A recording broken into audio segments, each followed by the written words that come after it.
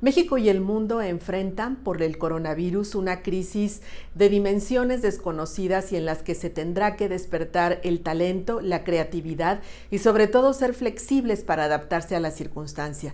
Un sector que sin duda es vulnerable es el turismo y todo lo que está alrededor del mercado inmobiliario. Empezaremos con una serie de propuestas para poder analizar qué se hace, con qué se cuenta y con qué no. Y la primera aportación es John McCarthy. Estamos frente a qué con el coronavirus y la contingencia sanitaria en México. Es una situación muy delicada, muy grave. Evidentemente del sector que yo te puedo hablar más es del sector turístico, pero pues no cabe duda que estamos viendo una crisis financiera, una crisis de salud, una crisis de empleo, una crisis de liquidez muy grave.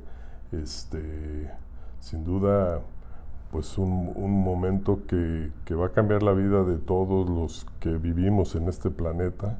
Yo creo que hay un antes de esta enfermedad y un después, y pues el momento es particularmente complicado. Tenemos que prepararnos muy bien, ¿no? ¿Qué hace diferente esta crisis sanitaria con multiefecto versus lo que ocurrió con el H1N1? Primero, esta es una crisis mundial. El H1N1 se criticó mucho en su momento, pero se controló y se mantuvo en México. Desafortunadamente, esta enfermedad salió de China, pero ya está en todo el mundo, en mayor o menor grado, con mayor o menor velocidad, con mejor o peor información, que no sabemos qué tan cierta es toda la información que se nos da. Y entonces, esta es una crisis que está afectando a las economías de todos los países del mundo. Está afectando la conducta de los consumidores. Está creando una crisis para la cual nadie estaba preparado, ningún país, ninguno, y que algunos están reaccionando en forma bien interesante, bien inteligente. Por ejemplo, me platicaban que Francia, Macron ya hizo un anuncio de rescate en donde básicamente ponen un standstill a todas las obligaciones que tienen las personas físicas y morales, las empresas y los individuos.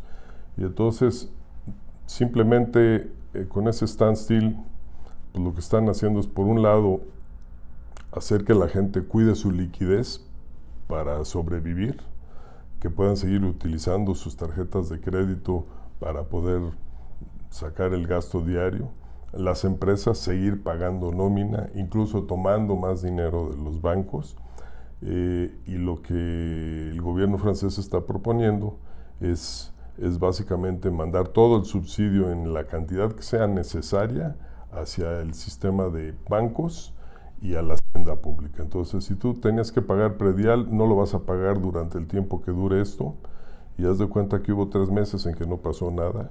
O si tienes que pagar impuestos, pues se van a retrasar 3 meses, y no es que te pongas al corriente, empiezan a correr nuevamente los impuestos a partir del 3er mes. Los bancos, lo mismo. Pues es una cuenta cero. Es una cuenta cero. Lo que llaman los banqueros un standstill, pero es no pagues nada de deuda, ni de créditos, ni de intereses por conceptos de personas físicas y morales, ni de obligaciones tributarias. Me parece una espléndida fórmula. Se necesita tener el capital que tienen los franceses para hacerlo, pero es una muy buena medida, ¿no? Por ejemplo, en Estados Unidos la Fed pues bajó la tasa a 0, y aún así pues se han seguido cayendo los mercados, las bolsas. Parecería que ahí empezaron tarde la reacción. Estaba yo viendo un noticiero hoy en la mañana en donde básicamente le están diciendo a la gente de San Francisco y Nueva York que ya no pueden salir de su casa, punto, cero, se acabó. O sea, los restaurantes y los bares los cerraron desde el fin de semana, que yo no sé si sabías que la industria de bares y restaurantes es 5 veces el tamaño de la industria hotelera. Entonces, las implicaciones y las consecuencias son son tremendas, ¿no? Y cada país está manejándolo de diferente manera. En México todavía no sabemos cuáles son las medidas que se van a tomar, pero aquí es donde tenemos que entender para qué sirve la banca de fomento, para qué sirve la banca de desarrollo, para qué sirve el gobierno mexicano en una crisis. Esta sí es una crisis, es mucho más grande y mucho más severa que el H1N1 en México. Posiblemente se resuelva también mucho más rápido, o sea, a lo mejor si logramos la velocidad que le dieron los chinos, que pues tengo mis dudas porque creo que estamos empezando tarde. Esta es una crisis que se acaba en 2,5 meses y la vida teóricamente vuelve a su normalidad.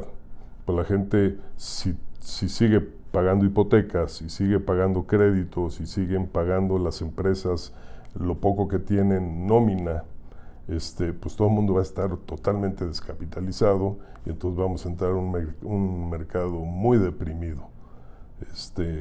Entonces aquí yo espero que el gobierno mexicano de veras tenga la capacidad, el liderazgo, la estructura, la visión correcta para primero acciones inmediatas antes de la gran crisis que nos va a pegar, durante la crisis y sobre todo el cómo la sacas adelante ya que terminas, ¿no? Son como que 3 pasos muy claros y muy definidos. Sabemos que las líneas aéreas seguramente técnicamente están ya quebradas, todas, porque viven al día, no tienen liquidez.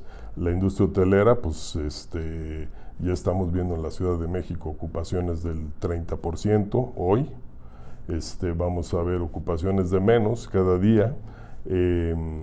Y la gente, pues tiene miedo, la gente está muy preocupada porque ve lo que está pasando en otros lugares del mundo y saben, simplemente tienes que ver la cuenta de cómo van creciendo el número de casos en México y cómo fueron creciendo en España y en Italia, y pues tenemos nosotros que entender que nos va a llegar igual que a ellos, esto no lo para nadie, y entonces pronto tenemos que tomar medidas drásticas, pero sobre todo, y lo importante es salir rápido del tema, reactivar la economía, crear el entorno necesario, que lo van a hacer todas las economías del mundo. O sea, va a haber inyecciones de capital gigantescas en Estados Unidos, en Canadá, en la Unión Europea, en Inglaterra, para que la economía vuelva a andar. Y nosotros tenemos que hacer lo mismo, ¿no? Bueno, y además México México no es una economía aislada. México es también parte de varios grupos. Ahí tenemos la OCDE, tenemos el TEMEC, que se quedó en stand-by por el momento, pero ¿de qué manera podemos entender numéricamente lo que se está afectando? Es decir, en cuartos de hotel, en destinos, en aerolíneas. Estaba yo leyendo un artículo que escribió un buen amigo nuestro, Paco Madrid, y los datos que él trae de un estudio que hicieron ahí en la Universidad de Anáhuac hablan de una caída del Producto Interno Bruto turístico de entre el 1 y el 5% para este año.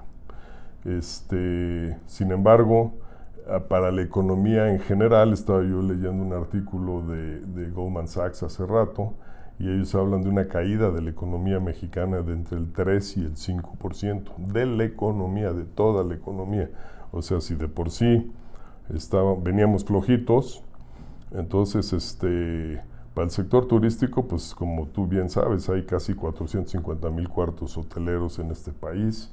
Si tú asumes que directo por cuarto de hotel construido, por lo menos 2, 3 personas trabajan, pues son 1,5 millones de personas que de alguna forma en la hotelería, además tenemos que mantener esos equipos, no podemos mandar a todo el mundo a su casa, pero van a tener hoteles vacíos, vamos a tener aviones vacíos, vamos a tener restaurantes y vamos a tener bares vacíos, porque es lo que tiene que ser, pero el impacto a la economía turística va a ser fortísimo.